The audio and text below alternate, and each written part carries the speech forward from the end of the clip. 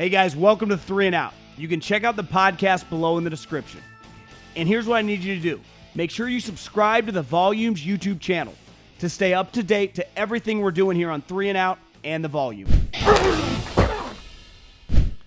I owe Kliff Kingsbury an apology because I've talked a lot of shit over the years about Kingsbury, about his offensive scheme, and about the Arizona Cardinals.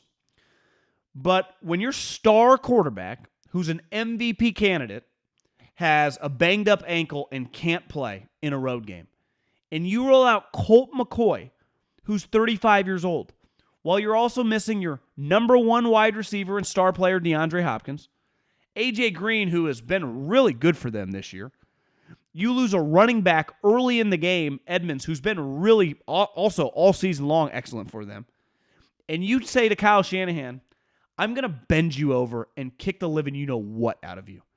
Kliff Kingsbury clowned the 49ers today. And Kliff Kingsbury has really been excellent all season long. And I said I didn't think it was going to work. I didn't think they'd be a good team. I didn't think that they would make the playoffs. Well, they're 8-1. They're going to the playoffs. Because at 8-1, right, 9 games in, you have 7 left. Well, they could go 2-5 the rest of the season, and they'd still get to 11. Like, they're a playoff team. Now, are they going to win the division? They clearly have a lead. They've already beat the Rams. Like, they're in clear control. Here's where I also give Kliff a lot of credit. And not that he had the juice or whatever, but they have a good, like, Steve Keim is the general manager. He's really good at his job. And he's put together a team with a ton of talent. And Kliff, Vance Joseph, has been good this season. Another guy that I've talked a lot of crap about. They thoroughly outcoached the 49ers today. It was not even a contest. It was not a fair fight. And it'd be one thing if they were fully healthy, you just go, they had better players. But they were kicking their ass with Colt McCoy and James Conner. Like, James Conner and Eno Benjamin had a touchdown. So Kliff Kingsbury constantly called plays today that easily hit.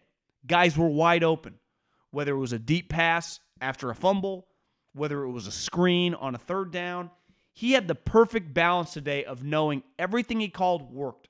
That's coaching. And ultimately, Kliff is paid to be the offensive play caller, right? That is kind of what he hangs his hat on. And he's been awesome all season long. And today, when you do that with your backup quarterback, Colt's basically a 35-year-old journeyman that most of us would say is not very good. He looked excellent today. I think he was 22 of 26.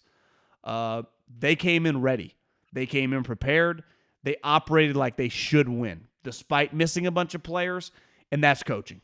That's having your team ready because you're either coaching it or allowing it to happen. And right now, the 49ers are a disaster. Kyle Shanahan has lost the team. In the sense of their offense isn't very good, their defense doesn't make any plays. And unlike Kliff and Keim, where there's a clear, this guy picks the players, you coach the team.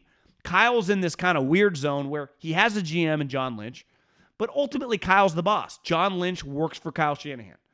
Every player on that roster, Kyle Shanahan handpicked. There is not a guy that plays or is on the team that Kyle Shanahan did not want.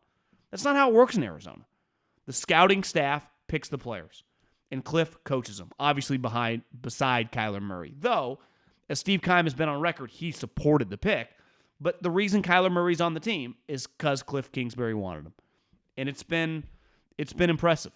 Now, their team is really talented. Their defense is very physical. It's very fast. It's just a well-coached team.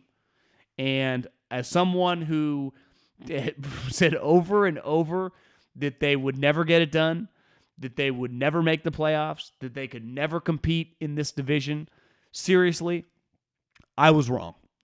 I was really wrong because they were on a completely different level than the 49ers today. And when you're able to do that with backups, I tip my hat to you.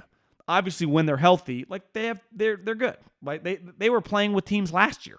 Their problem last year was they would play up to opponents. It's why they played pretty well against Seattle and L.A., right? They beat those two teams last year.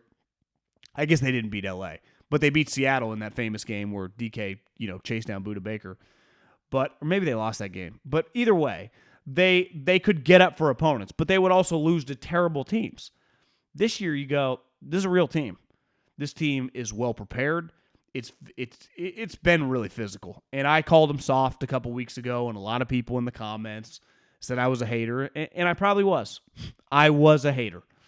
And my haterade, I need to swallow it, and I don't hate them because I respect them. And Kliff's doing a really good job. And the Arizona Cardinals, I mean, are in position to get the top seed right now. Now, it's still got a long way to go, but they're in the playoffs. If we could do the little Z, like in baseball when you put the Z next to the name in the standings, you might as well do that right now. Because statistically, it'd basically be impossible for them not to be a wild card team. And really, when you look at the Rams, I don't see why they can't win the division. Seattle and the 49ers are both 3-5. So I apologize to Kliff. And like I've said, I've always respected the person, everything I ever heard about him, his work ethic. I didn't think he was like some party guy. I think he's the real deal as a guy. I just fundamentally don't love the offense. But the offense is working, and it's working pretty consistently. And when it works with a backup quarterback, I don't care how out of whack the 49ers defense is, you earn my respect.